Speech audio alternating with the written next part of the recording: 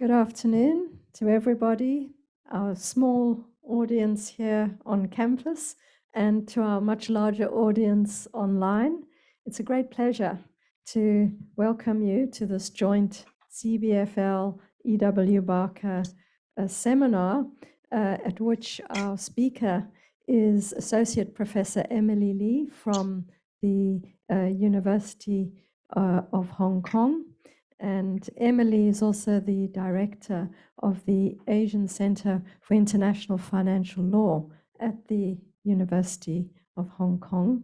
And she's going to be talking to us today about Hong Kong's virtual banks and drawing some contrasts and parallels with Singapore's digital banks. And this, of course, is a very interesting area that we're all looking at, bearing in mind that it seems to be the way of the future for banking.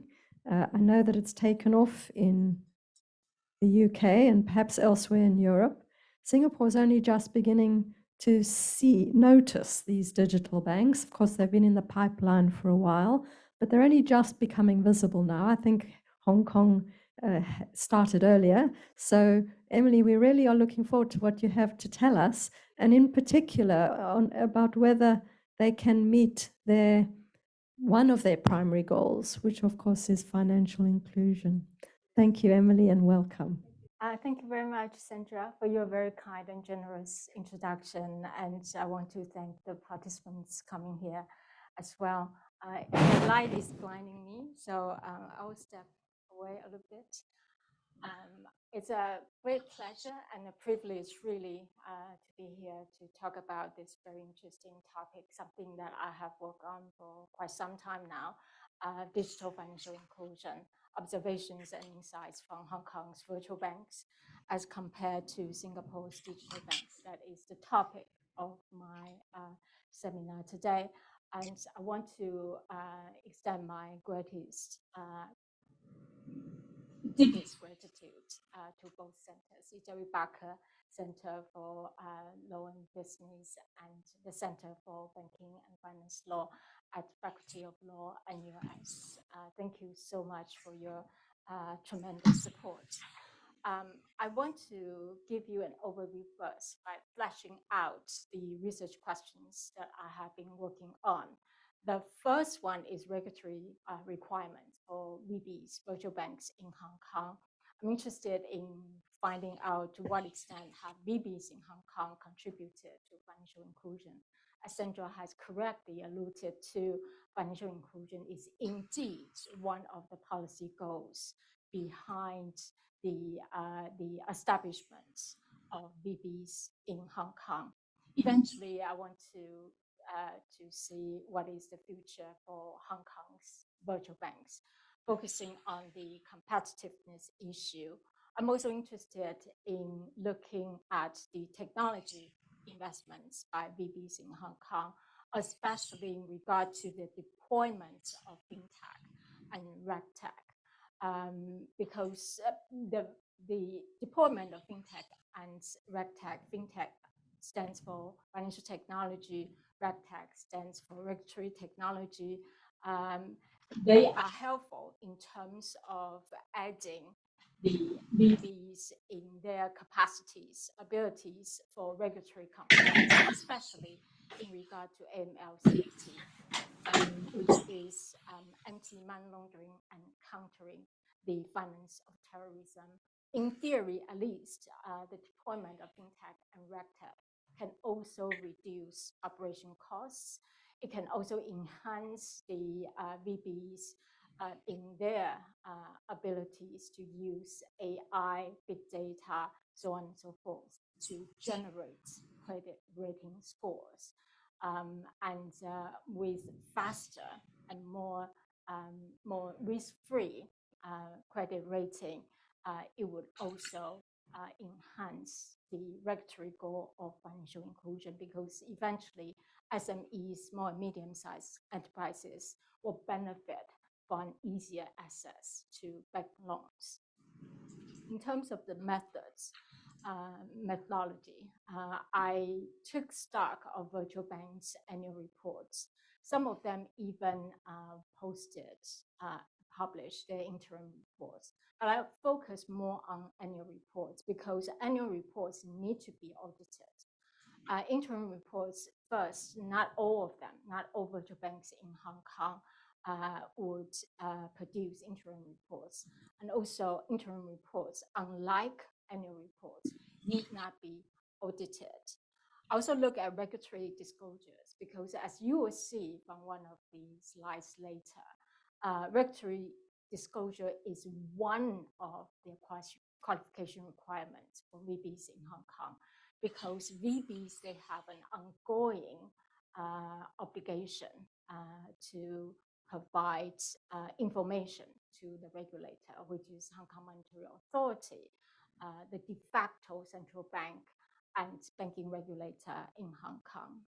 Also look at industry reports, for example, KPMG Hong Kong banking reports. In fact, KPMG has issued the Hong Kong banking reports every year.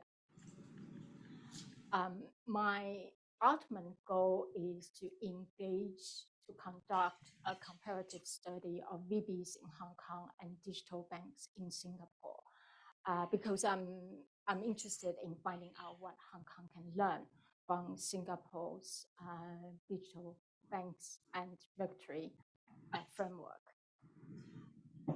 I would start off by introducing virtual banks in Hong Kong.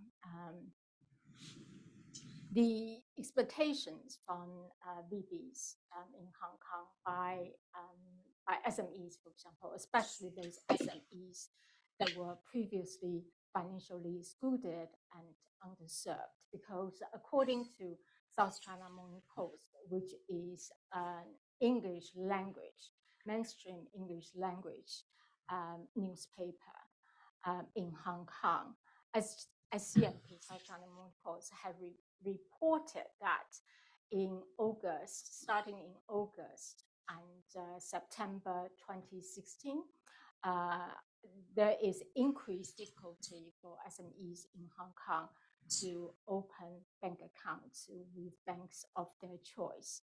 There's also expectation from Hong Kong's VBs by the regulator, by the Hong Kong Monetary Authority.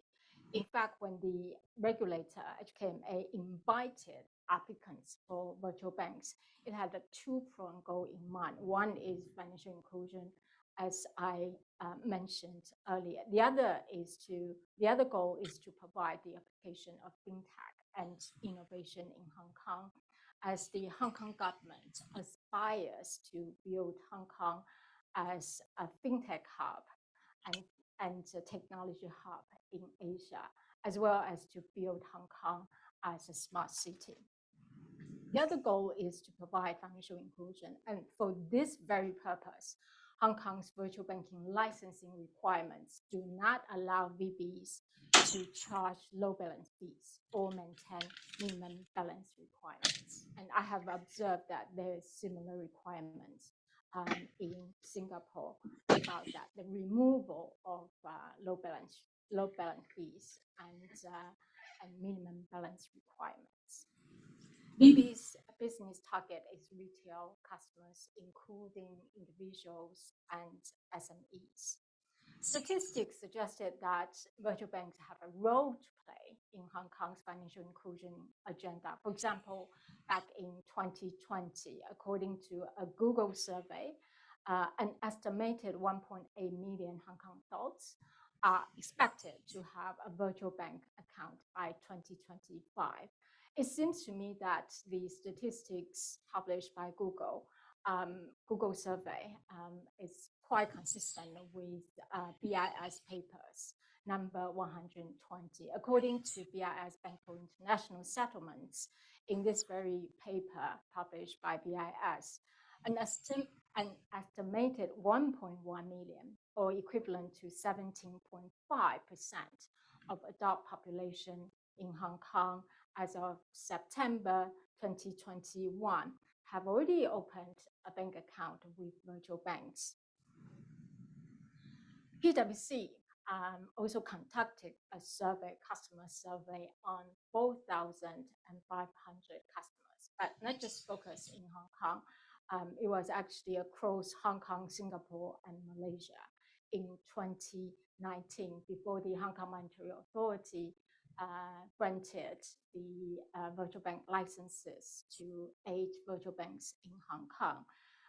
At that time, PwC discovered that more than half of the respondents in Hong Kong showed interest in becoming a virtual bank customer. However, I think confidence is key because 38% of respondents in Hong Kong also said that they did not trust virtual banks with their personal data. And for this reason, I am interested in introducing the personal data protection regime in Hong Kong, as I will do later. 30% of the respondents surveyed also did not believe virtual banks to be financially stable. For this very reason, I was inspired to look at virtual banks' balance sheets as well as their cash flows and financial statements to determine whether they are financially stable. The qualification requirements for VBs, 10 of them. The first 5 are closely related to corporate governance issues. For example, looking at the ownership structure and the mandatory ongoing supervisory requirement. And for the second requirement, that's exactly why earlier I mentioned about VBs, they have to submit on a regular basis regulatory disclosures to the Hong Kong Monetary Authority. The third requirement for having a physical presence in Hong Kong, similar in Singapore, only 1 physical office is allowed. And I think it's important because not everything problem issues can be solved online. So this actually provides convenience for the customers of virtual banks to be able to get in-person assistance from virtual bank staff. The other advantage of having 1 physical office is it can be used as a contact point for regulators to find the virtual banks as long as the contact needs to be established. The 5th requirement, risk management, the regulatory requirement is to afford the regulator, Hong Kong Monetary Authority, to closely look at the management board to see if they have the proven ability and skills to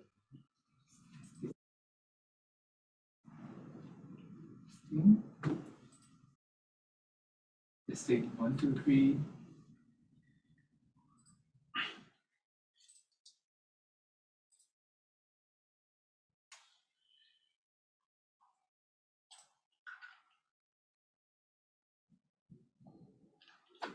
You have to give me a 2-minute grace period later. Sorry about that, everyone. No, thank you. I was just teasing you. So just to recap a little bit, risk management, that is the 5th requirement. The regulator, Hong Kong Monetary Authority, will closely examine the ability and skills of the management board to see if they have the ability for risk management control. The regulator will also look at the virtual bank applicants. Okay. The regulator will also look at the IT governance system of the virtual bank. 6th requirement to look at their business plan to see whether it's viable. 7th requirement is interesting, is asset plan, which is like a living will. So even if a virtual bank fails with the asset plan, they will be able to exit the market in an orderly manner. Followed by the customer protection. I'll be using personal data protection legislation as an example to demonstrate this point. Outsourcing of computer or business operations of virtual banks to third-party service providers.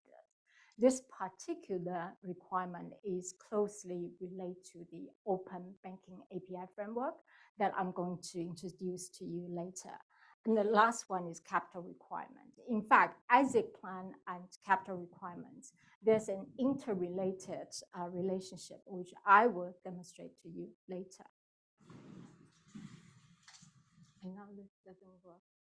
It doesn't work.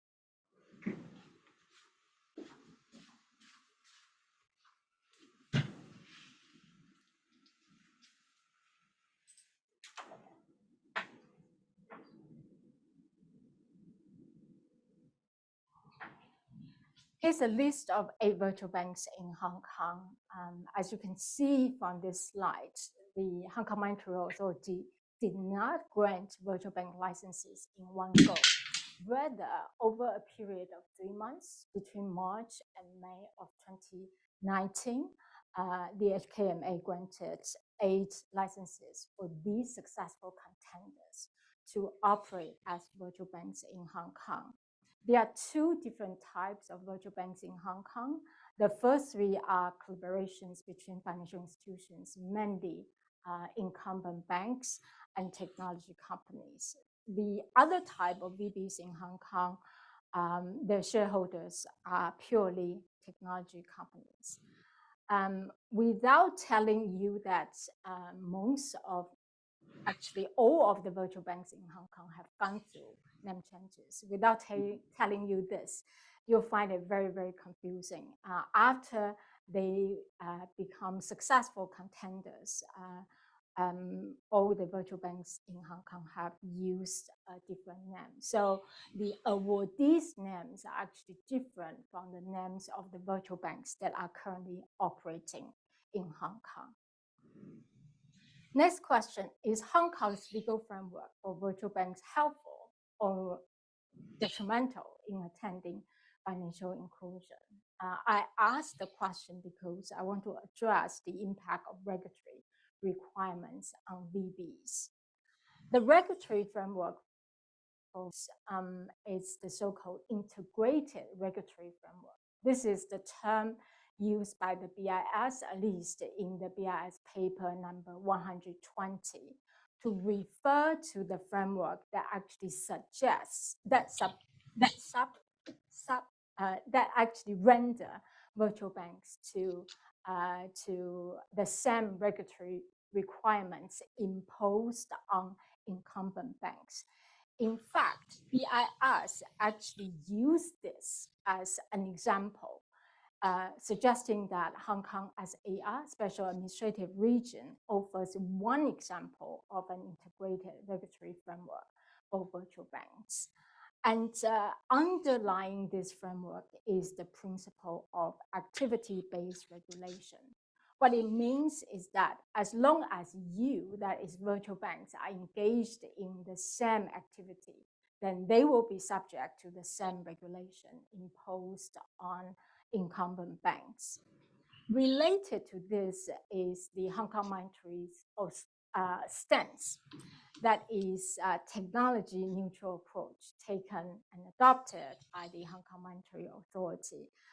What this means is that from the regulator's perspective, whether technology is used or what type of technology is used, it actually makes no different treatment from the regulator's point of view. This, I think, presents a policy tension point that I am going to discuss a little bit later. Regulations for virtual banks include, among others, I would use 3 pieces of legislation for demonstration because they are highly relevant for our discussion today. The first set of regulations, I'll focus on the banking ordinance and banking rules, using the minimum capital requirement as a point for discussion. The second piece of legislation that I'm going to demonstrate today is AMLO, which stands for Anti-Money Laundering and Counter-Terrorist Financing Ordinance, which is the main legislation in Hong Kong for AML CFT purposes. The third piece of legislation is the Personal Data Privacy Ordinance. This is the principal legislation in Hong Kong to afford protection for financial consumers for the protection of their personal data. For this very reason, this very piece of legislation, PDPO, only focuses on personal data, not commercial data. Virtual banks are also governed by SPM, which stands for Supervisory Policy Manual. That is the manual used by the regulator, Hong Kong Monetary Authority, to regulate virtual banks as well as incumbent banks. I want to single out IC6, the sharing and use of customer credit data through credit reference agencies. Reason being, it only became effective last week on the 28th of November 2022. As a result of the launch of IC6, HKMA welcomes the model, the new model, which is to allow multiple credit reference agencies to operate in Hong Kong. Because until today, there's only one credit reference agency, that is TransUnion, which is commercially operated in Hong Kong. So the new model will actually provide an advantage, that is to avoid a single point failure. The non-legislative Hong Kong Monetary Authority guidelines, such as the TCF Charter, Treat Customers Fairly Charter, is also relevant. And it should be noted that TCF Charter only applies to retail customers. As advertised earlier, the first set of legislation that I'm going to examine is minimum capital requirements. In Hong Kong, the Hong Kong Monetary Authority, the minimum paid requires the minimum paid up capital requirement of Hong Kong dollars 300 million. It will be applied to all licensed banks, including both incumbent banks and virtual banks. There was a suggestion of a lower initial minimum paid up capital requirement, similar to the level for deposit-taking companies, because for SMEs, especially those SMEs that are low revenue generating, they are not likely to use a full range of financial services. And doing this would also encourage the small contenders, for example, the startup technology companies, to enter into the race of VBs.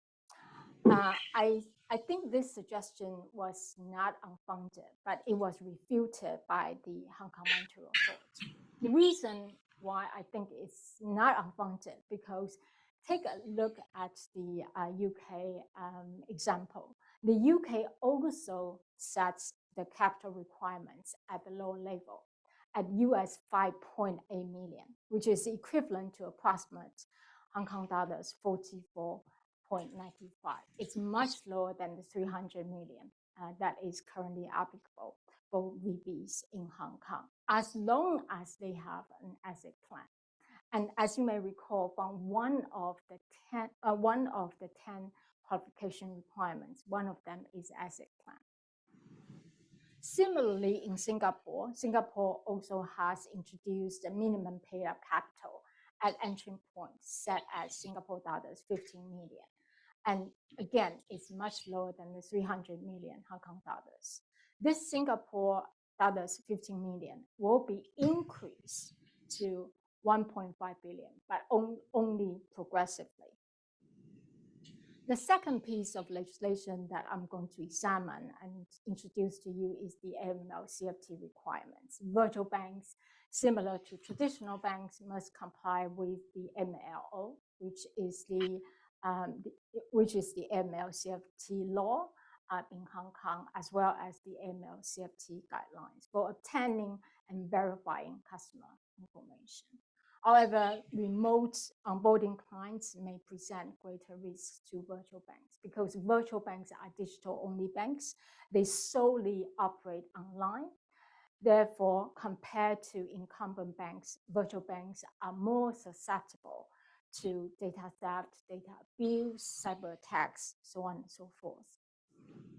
The third piece of legislation that I'm going to examine is the data privacy requirements, using the Personal Data Privacy Ordinance, PDPO, as an example for discussion. Under the PDPO, data subjects, for example, financial customers, have the right to opt out of direct marketing activities. Look at this.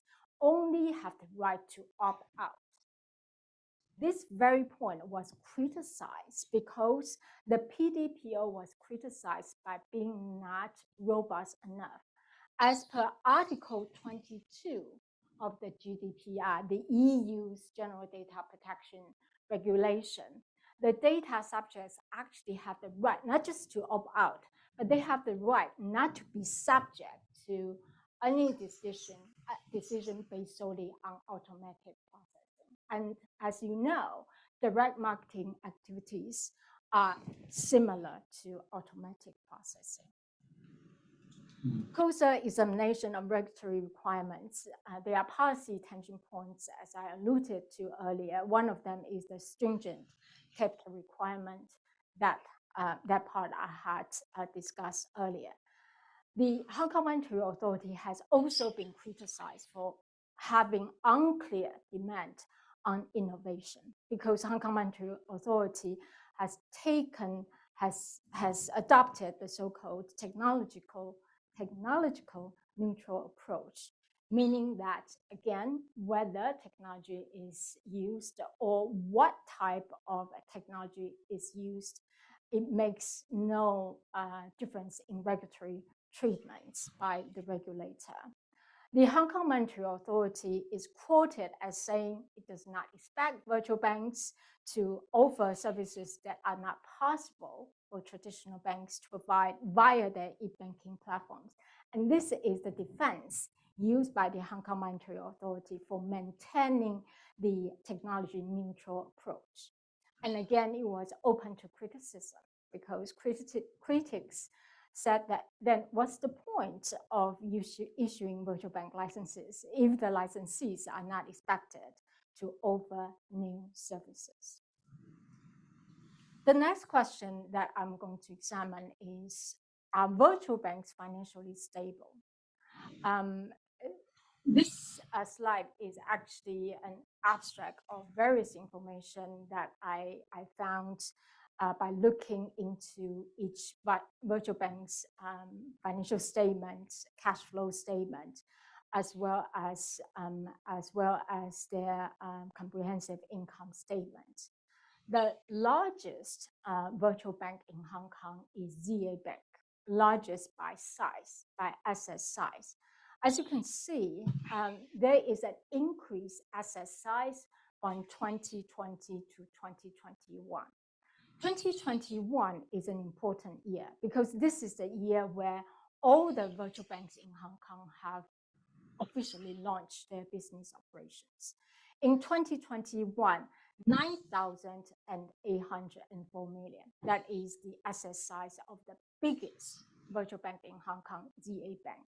But as you can see, it's no comparison of even the smallest licensed bank, that is the traditional bank in Hong Kong, that is the public bank by asset size. Because in 2021, public bank has 39,865 million in asset size.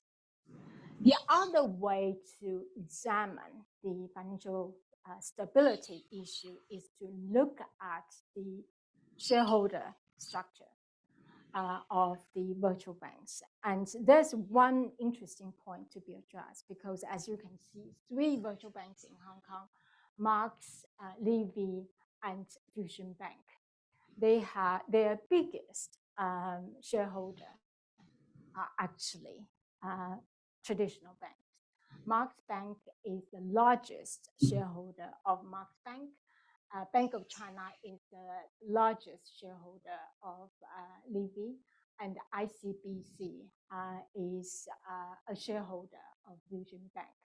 And another interesting point to be addressed is both Bank of China and ICBC are Chinese companies. So the other interesting point about VBs in Hong Kong is the dominance of mainland companies. In fact, 6 out of 8 virtual banks in Hong Kong are dominated by Chinese companies. The next question that I'm going to delve into is this one. Are Hong Kong's virtual banks business models sustainable?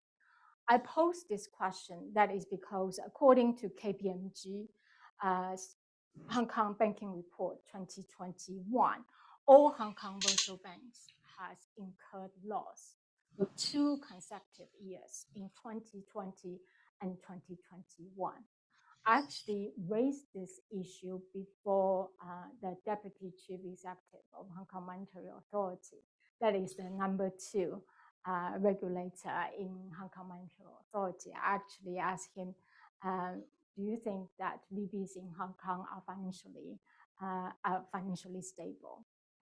He replied saying that it is a fair question, but he maintained that the business models of virtual banks in Hong Kong are viable.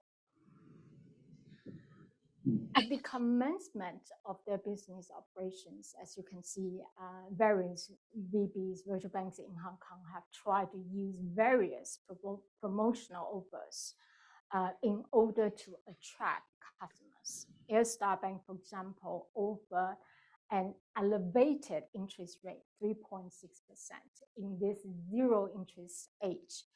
Levy Bank provided cash reward after opening account. Marks Bank provided cash back on eligible spending, credit card spending.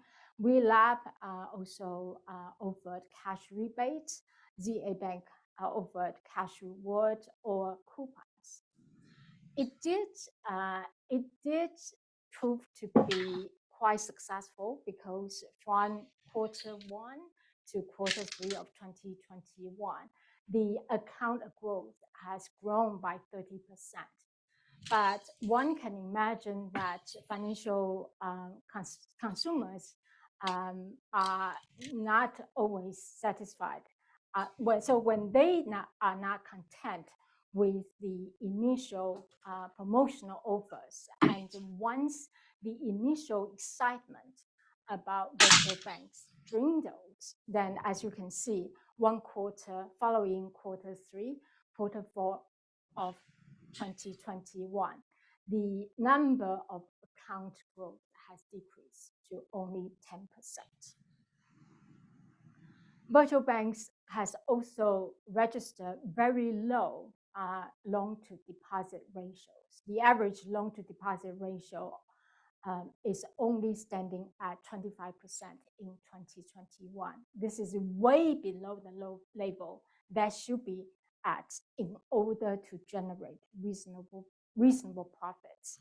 So 25% is much lower than the average ratio of 86.7% for all authorized institutions, mainly incumbent banks.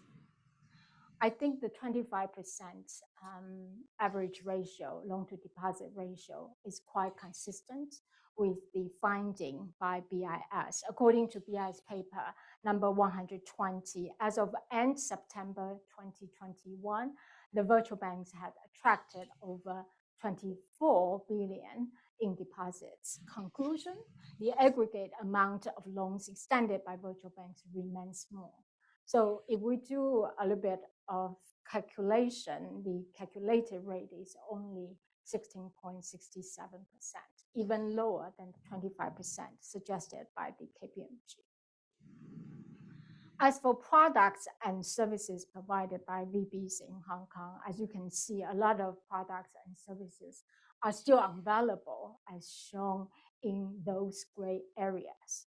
In terms of products and services, they can be, generally speaking, they can be classified into 3 different categories, either retail focused or retail schools or SME schools. I like to focus on the SME schools because 2 virtual banks, PAO Bank and N Bank, they have publicly proclaimed that their business models actually focus on SMEs. But as you can see, a lot of services and products are still not available, as indicated in those gray areas. That prompted the question asked by me, to what extent have VBs contributed to SME financing and financial inclusion? In terms of the average loan size extended for SMEs, for business loans, incumbent banks have been able to offer Hong Kong 10 million or even larger for SMEs with maturities more than 2 years. Compared to VBs, on average, they can offer Hong Kong $1 million for business loans with maturities less than 2 years. Likewise, for personal loans, incumbent banks can offer on average up to Hong Kong dollars 250,000 for personal loans, but VBs can only provide 40 to 110,000 for personal loans. Using services by virtual banks is also suggested by both Bloomberg and Moody's. Bloomberg suggested that virtual banks will snare as much as 30% of the revenue of legacy banks in Hong Kong. Likewise, Moody's suggested that virtual banks create a significant competition for most incumbent banks in Hong Kong, except for the big three banks.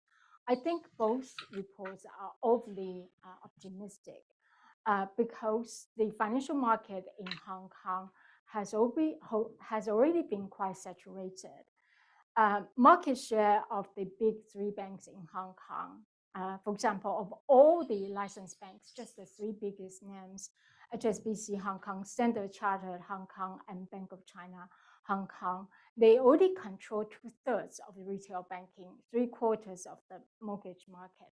Pose to remind you that none of the virtual banks in Hong Kong have been able to offer mortgage loans. 3/4 of the credit card business and half of deposits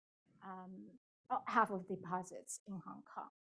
That's why critics said that 8 new licenses may be 5 or 6 too many. I think the solution may be open banking business. This is probably a most probable solution to the limitations of VB's business model. As a result, the Hong Kong Monetary Authority has issued the Open API framework, which allows banks to redirect customers to user interfaces using websites and mobile apps created by third-party service providers. And this very framework had been issued by Hong Kong Monetary Authority on the 18th of July, 2018. I want to proceed to introduce digital banks in Singapore so as to allow us an opportunity to do some comparative study and discussion.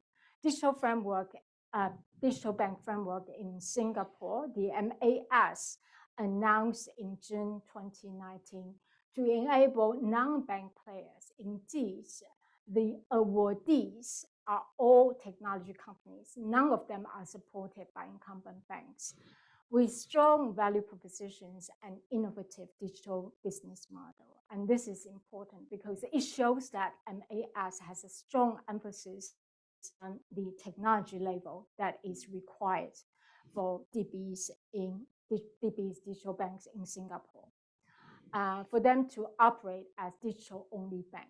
There are 2 types of DBs in Hong Kong, either DFB or DWB. DFB stands for Digital Full Bank, and DWB stands for Digital Wholesale Banks.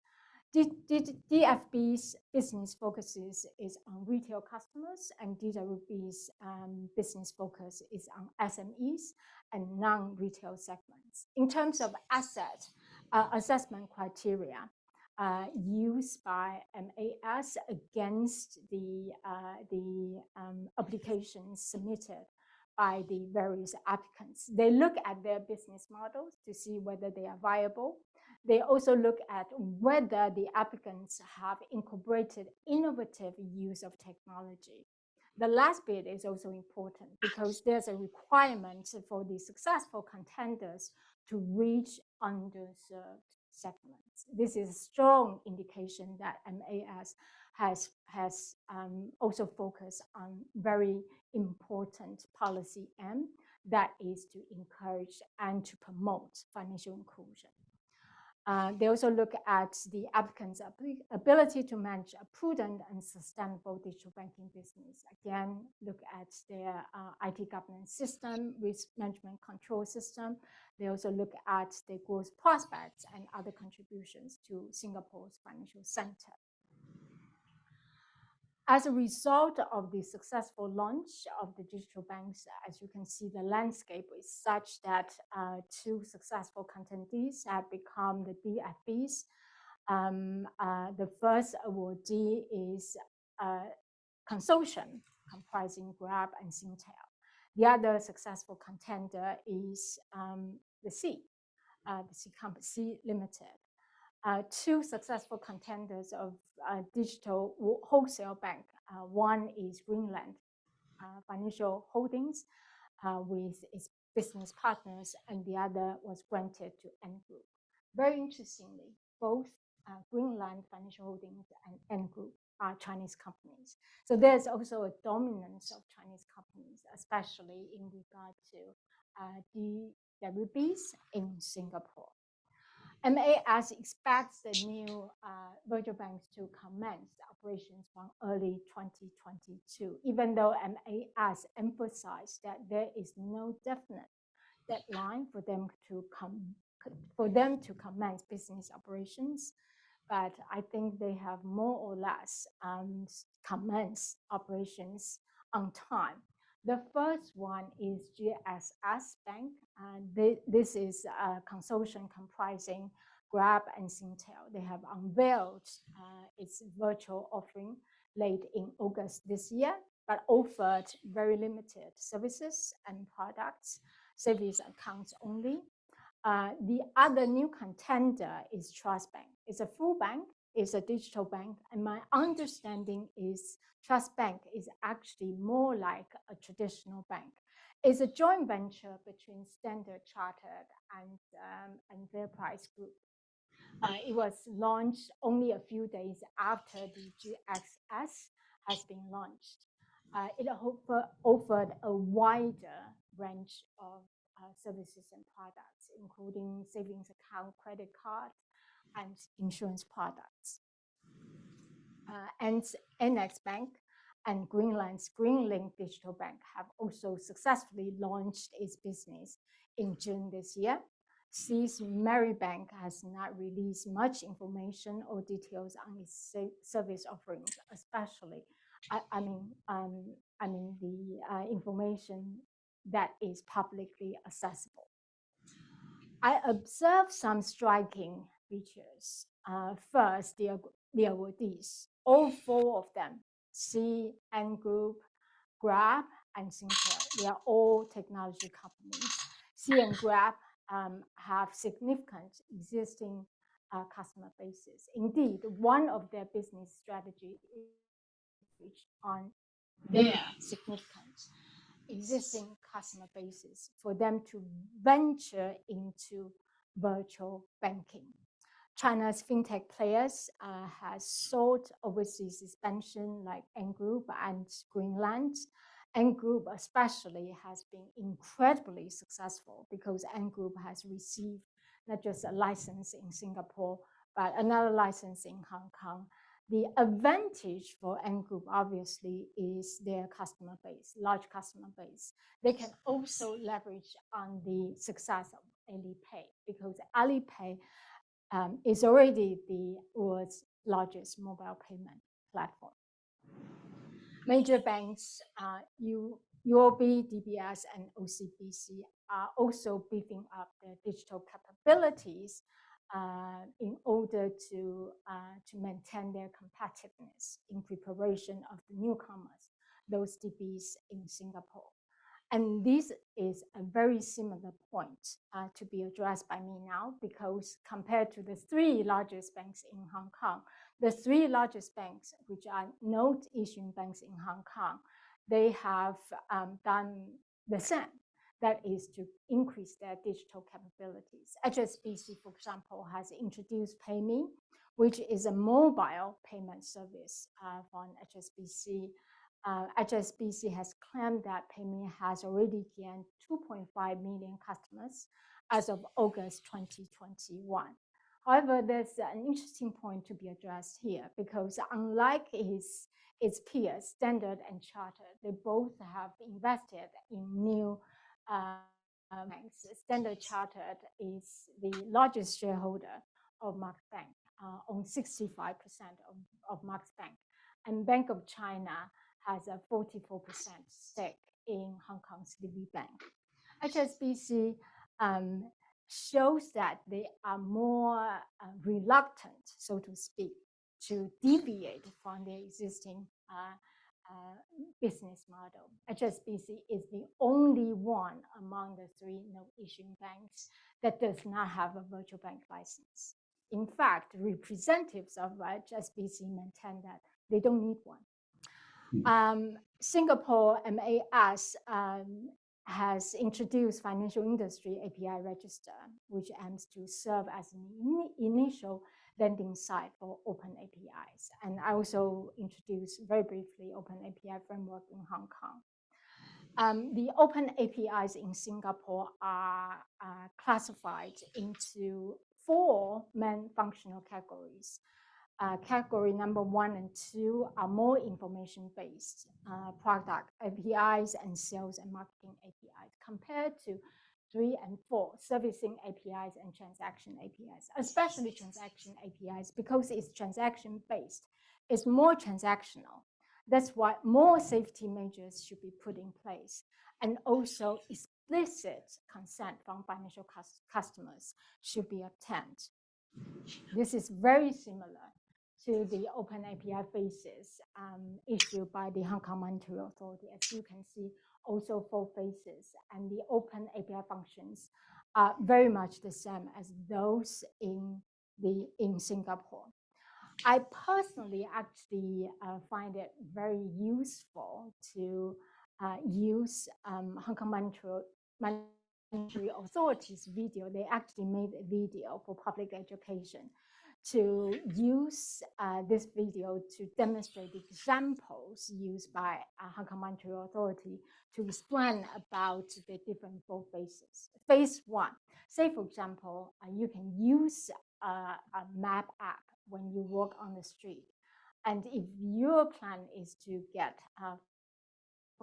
a map that actually directs you to the bank, can also show the foreign exchange rates offered by different banks. And so you can actually choose one that offers the most attractive foreign currency rates for you.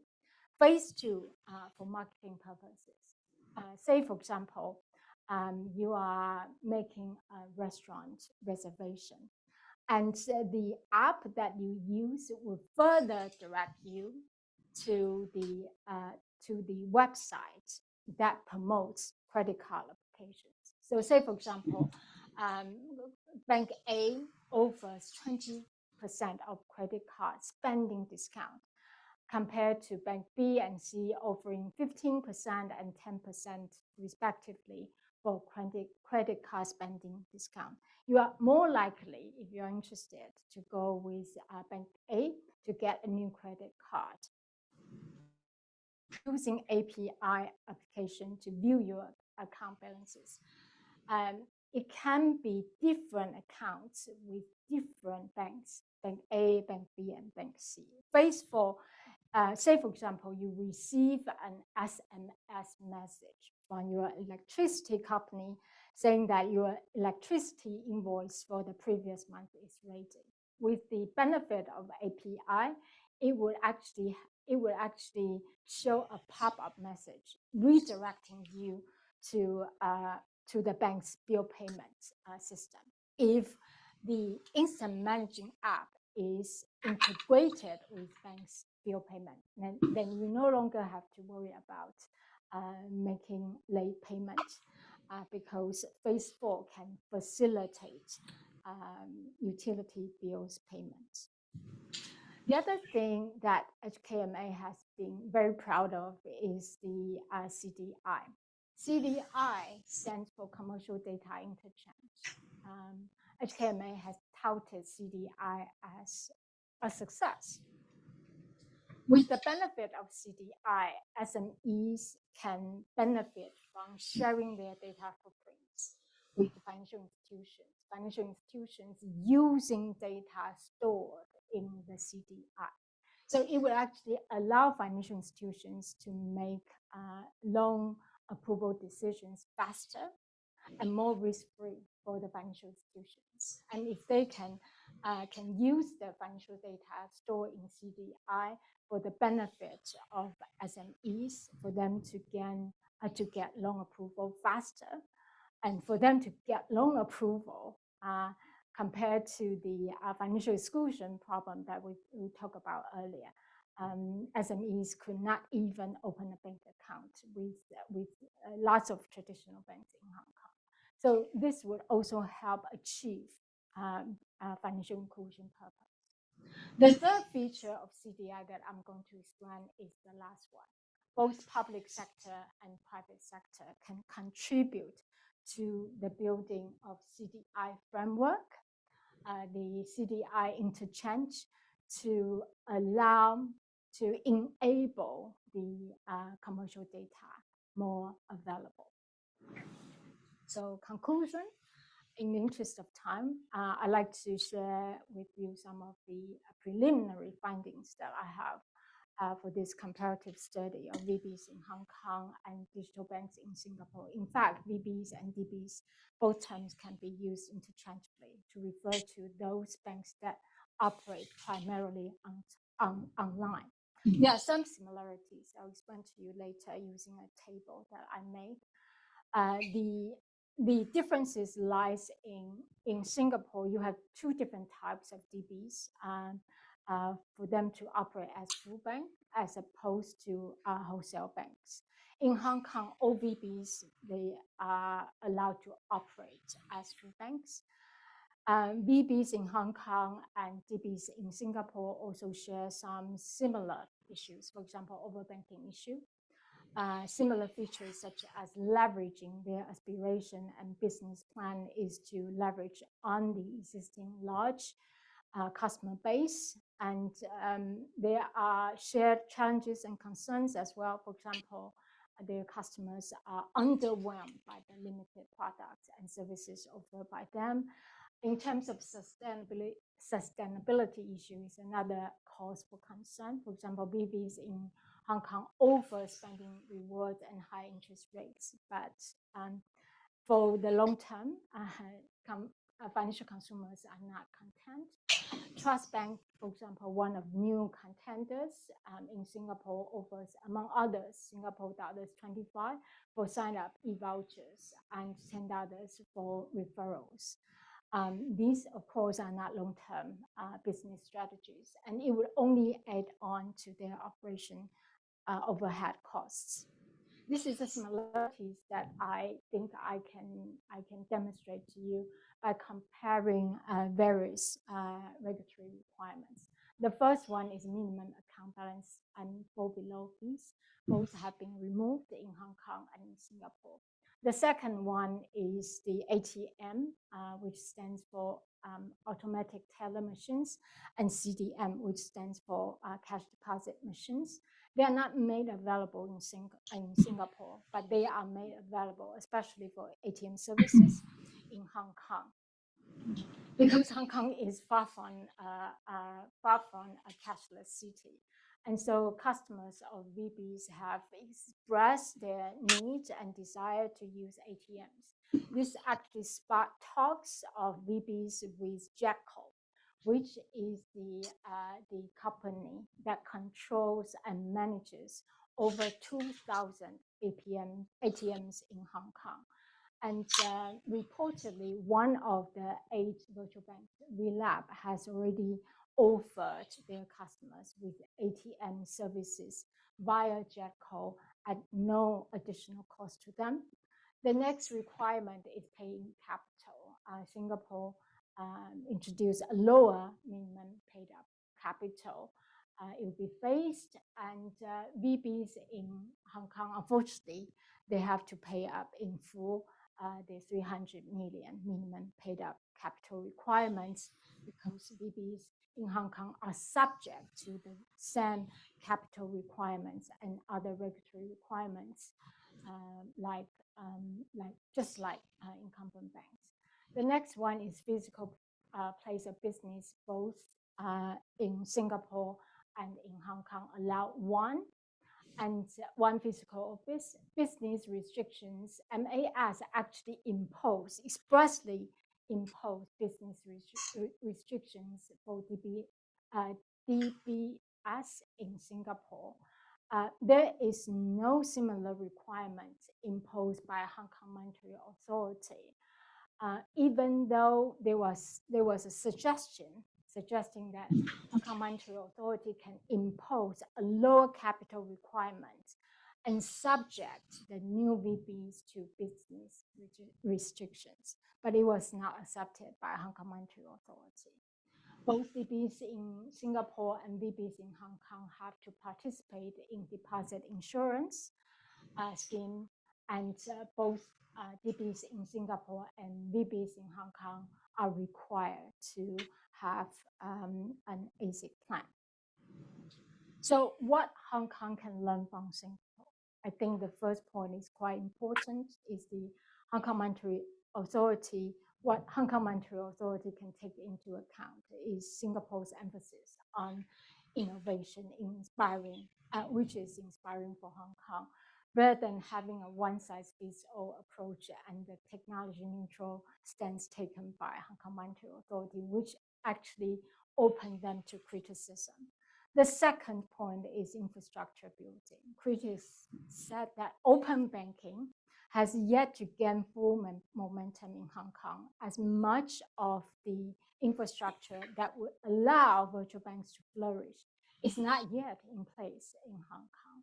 I think this particular criticism was directed again against the Hong Kong Monetary Authority, as there was a delay for 1 year as the industry was waiting for the Hong Kong Monetary Authority to issue the technology standards for the implementation of phase 3 and phase 4 of the Open API framework. But I think the problem has gradually been solved and improved with Hong Kong Monetary Authority's credit reference platform being introduced and the CDI design that they have touted as a success. The other thing that I think Hong Kong can learn from Singapore is the minimum capital requirements at a low level. The last point, MAS selection of digital banks, I think it actually signifies a more radical change on the traditional banking landscape, because none of the incumbent banks in Singapore take significant ownership stakes in virtual bank ventures, unlike Standard Chartered, for example, owns 65% of shares in Marks Bank. Actually, I had an informal interview with Marks management, and I found out, also looking at their website information, 9 out of 12 the directors used to work for Standard Chartered, and the directors of Standard Chartered actually, the directors of Marks Bank, which is the VB created by Standard Chartered, they considered Standard Chartered Hong Kong as the immediate holding company, and the Standard Chartered parent company in the UK as the ultimate holding company. So that's all I can say for the time given. Thank you very much for your interest.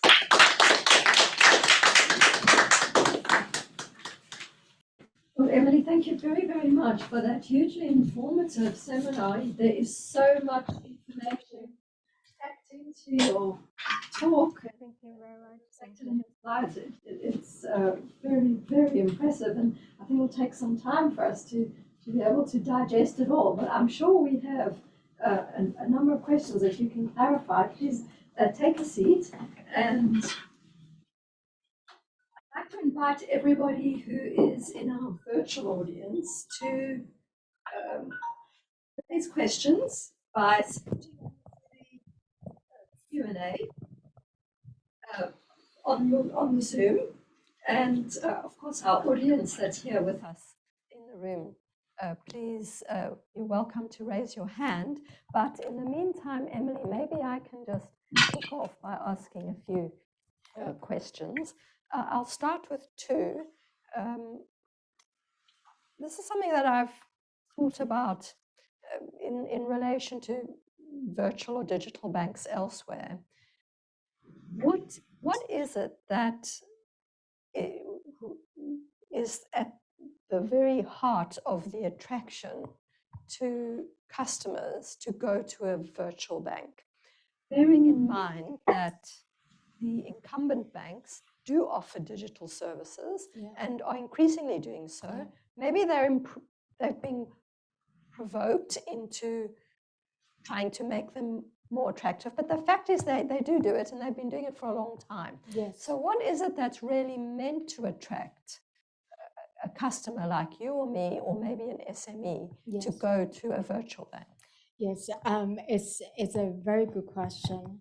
My RA, my research assistant, actually helped me with this question, because we have sensed that most of the customers would be the young generation, and indeed, my RA is just a university student. They don't have much money, and so without any credit history, yes, they can get a small loans for personal loans. So that's basically their customer base. And the other one is SMEs, especially the SMEs that are low revenue generating. And I have to tell you, and I can clarify that in terms of the financial exclusion problem, that is SMEs in Hong Kong have reportedly experienced difficulty in opening bank accounts.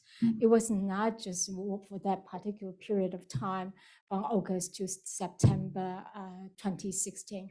The problem has persisted for some years now. And for this very reason, the Hong Kong Monetary Authority actually has a dedicated website to follow this issue. And I was actually asked to examine the problem because the Hong Kong Institute of Certified Secretaries, they actually reported a very alarming ratio of 98% of SMEs in Hong Kong had difficulty opening a bank account at the height of the problem.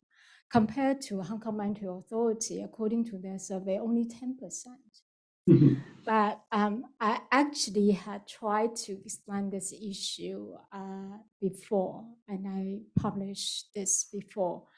I think one of the problems about the Hong Kong Institute of Certified Secretaries and the members of the Hong Kong Institute of Certified Secretaries, they are the ones who actually went to the bank to open bank account on behalf of the companies. So it's more likely that the ones that actually respond to the survey are the ones that actually encountered difficulty. And also I look at the survey questions. Out of the 10 survey questions, 5 of them I think are very biased because they ask leading questions. For example, have you encountered the problem? Has the problem been worse? Yeah, so even at the very beginning, they already label it as a problem. Yes. Yeah. So that would be my question, my answer. Thank you, Emily. I'm going to give way to some questions that have come in from our virtual audience, but do we have any questions here in the room with us right now? Okay, I'll go to Alessio, then I'll go to a virtual audience, and then I'll come to the gentleman in the second row. So, thanks for the presentation, first of all, very interesting topic, and yeah, let me wrap up the question. Then, at the beginning of the presentation, you try to point out that one of the obstacle resistance to the adoption of these services is due to concern of privacy. But then during the presentation, I didn't feel that, at least at this stage of the research, you're looking in the regulation of AI, for example, because I think that this kind of business models will mainly rely on some machine learning techniques, and given the risk of discrimination and bias could be interesting to look at how the regulators would think about this problem and so on. Because, for example, in Europe, credit scoring is considered as high risk. It will probably, and so will be subject to a number of requirements. So I'd like to listen to your comments on this. It's a very sophisticated question because as I was actually trying to think about this issue, I did look at the EU's model, and I can tell you that there's no question. There's definitely an interplay between open banking API and the PSD2 in Europe. And so Europe's GDPR and PSD2, definitely there's an interplay between two different pieces of legislation. And that's why explicit consumer consent is required, as I mentioned earlier. Not only that, additionally, I think most of the consumers, financial consumers, are not aware of the risk in terms of the boilerplate consent. So in the EU, they are now calling for a granular size of consent being given. And it is actually taken by the European Council as an additional requirement to the contractual rights. Thanks, Emily. Okay, there's a question here from somebody in the virtual audience. Could you explain how open APIs would aid Hong Kong's virtual bank's business model? Yeah. And then tag to that, would customers be more hesitant to bank with virtual banks if their data is shared with non-bank third parties? Yeah, I think it's related to the last question that was asked by the audience here. I think the problem is, I mean, as I mentioned earlier, confidence is key. You provide them with your personal data. You don't know how the data is used or processed. For example, profiling is actually detrimental to financial inclusion. And profiling, I can give you an example. There is a 35-year woman without college degree, stay-at-home mom, very difficult to get personal loans because the AI AI sophistication in terms of how it works is it depends on what data is fed into the system. So for those unsophisticated systems, for 35-year woman, especially this is a sensitive topic in North America, they have reported that not just age problem, not just educational background, but also racial backgrounds. Yeah, for them it's even more difficult to get a personal loan. So this is the issue. And I think a lot of literature on AI and low-end technology, they focus on the ownership of data. But as a financial consumer, I think that I'm less concerned about ownership, but the consent and the control of data. And this is not transparent. In fact, one of the beauties of MAS regulatory framework is in terms of its selection process, it has been very transparent. And in terms of the technology level requirements, it has been emphasized. So the successful contenders have demonstrated they have the proven track record to use data effectively and only restricted to the designated purpose. Gentleman, second. Right. Thank you very much for the seminar. A very good talk. I just wanted to know, you were talking about personal data protection and you were saying about protection of privacy and the laws. This maybe, you have mentioned that many of them are Chinese banks and Chinese. So far, many of them have said that there may be some interference from political standpoint. I'm saying that from a political standpoint, that when it comes to data protection, it could be a challenge, taken in the context of what has happened in the last few years. Yeah.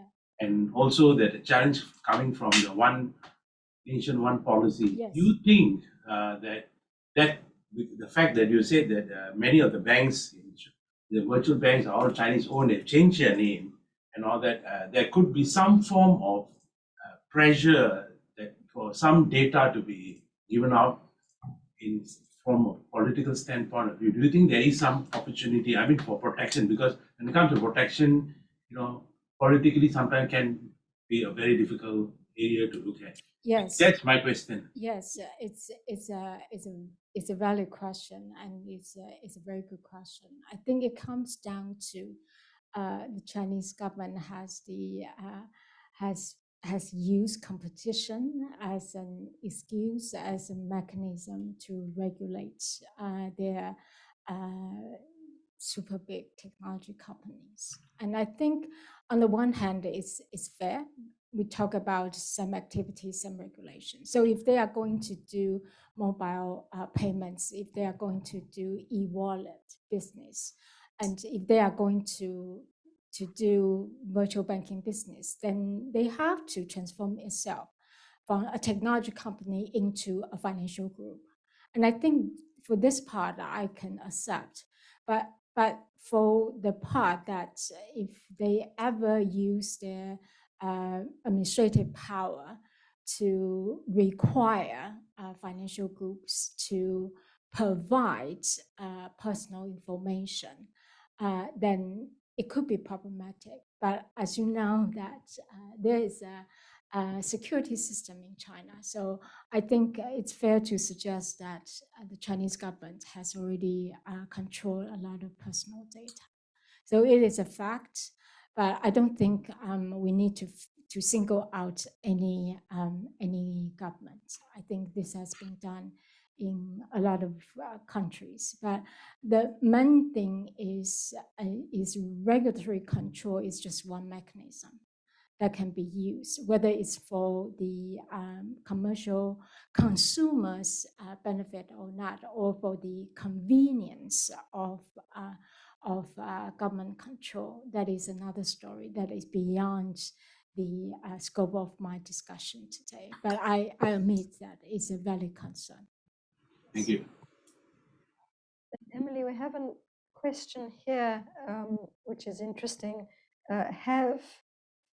Based on your research, the HKMA or the MAS acknowledged any particular challenges in effectively supervising virtual banks, bearing in mind that existing supervisory regimes are not actually technology neutral and may rely on paper-based processes such as or let's just say paper-based or human-based in the sense of people in branches and things like that. Yes. Paper-based, technology-based, again, from the regulator's point of view, Hong Kong Monetary Authority's point of view, it affords no difference in regulatory treatment. But on top of that, I think it's worthwhile bringing up the issue of sandbox regime, because whether they have attained a certain technology level that is required by the qualification criteria, or whether they can introduce new innovation technology-based products or services. I think the sandbox regime is something that they can try it out. And I think Hong Kong Monetary Authority has been very good doing this in terms of building an environment that actually welcome them to approach the regulator on the initiative of the startup companies or technology companies interested in entering the race for virtual banks. And another point to mention is the regulators in Hong Kong have tried to come up with a non-sector specific approach in terms of sandbox regime, because the Hong Kong Monetary Authority, being a banking regulator, has teamed up with the securities regulator, SFC in Hong Kong, and insurance authority regulator to come up with a holistic sandbox regime, so that the regulator that is being contacted is regarded as the regulator that is most relevant to the proposed business venture, because it's likely that it's a combination of banking and insurance products, just like our work is interdisciplinary. Yes. Then we have a question which is related to what you spoke about, but not directly pertaining to your talk, and that is, what is your observation on Hong Kong's regulatory view on crypto exchanges? It's going a bit off topic, but yes, if the structure used for virtual is the structure used for virtual banks instructive on how to view crypto exchanges? well, to use the Singapore regulatory regime as an example, crypto transactions is definitely a no under the regime of restricted business that is applied in Singapore by MAS. They are only allowed to offer simplified business services and financial services and products. So that is about business restrictions in Hong Kong.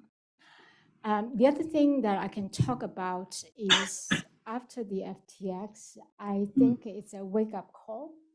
And Hong Kong is actually behind in terms of currency regulation.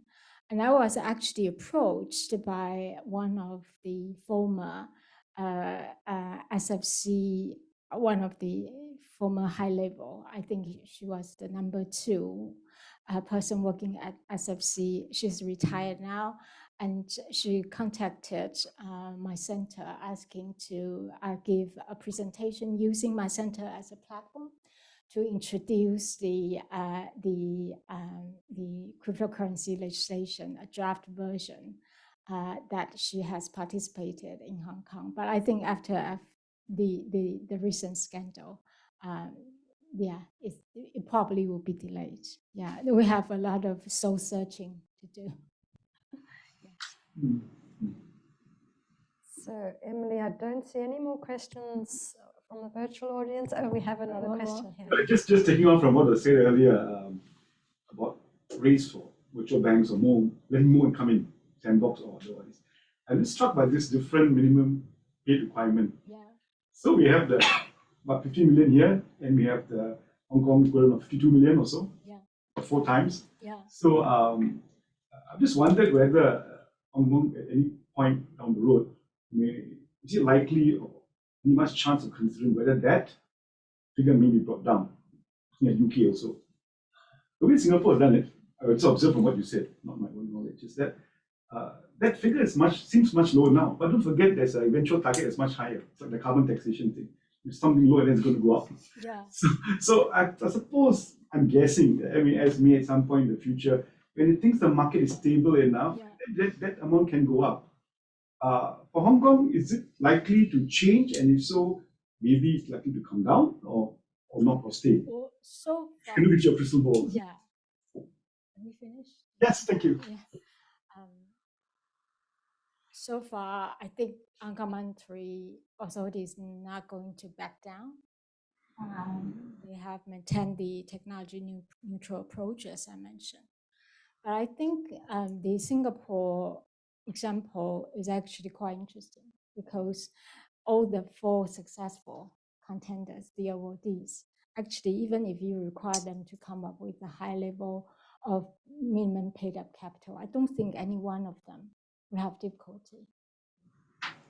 So this is the irony of that.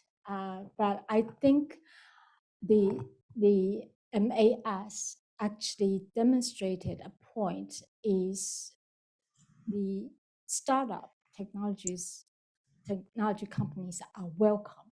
Maybe in the next round of competition for them to enter into the market if they deliberately set the minimum paid up capital at entry point low.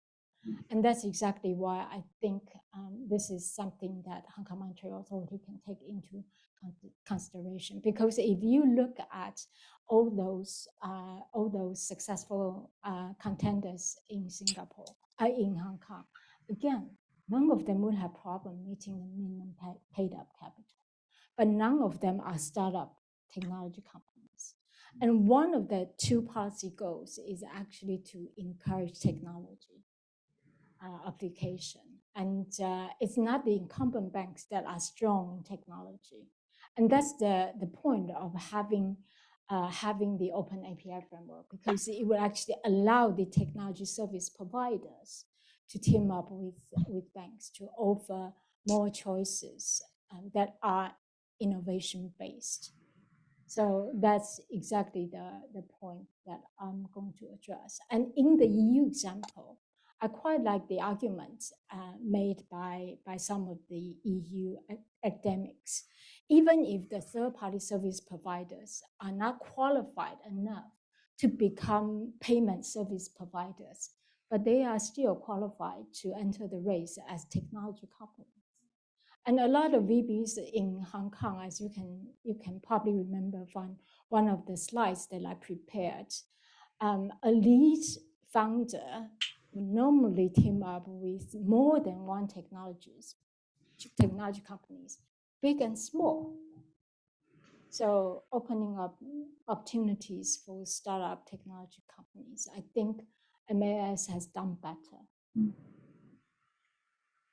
Well, we've more than filled our time, so I think I'll draw the seminar to a close. Thank you to everyone who's joined us here and online. And particularly thank you to Emily, because that was really a very valuable talk. It's given us a lot of insights. Thank you very much. Thank you, Emily.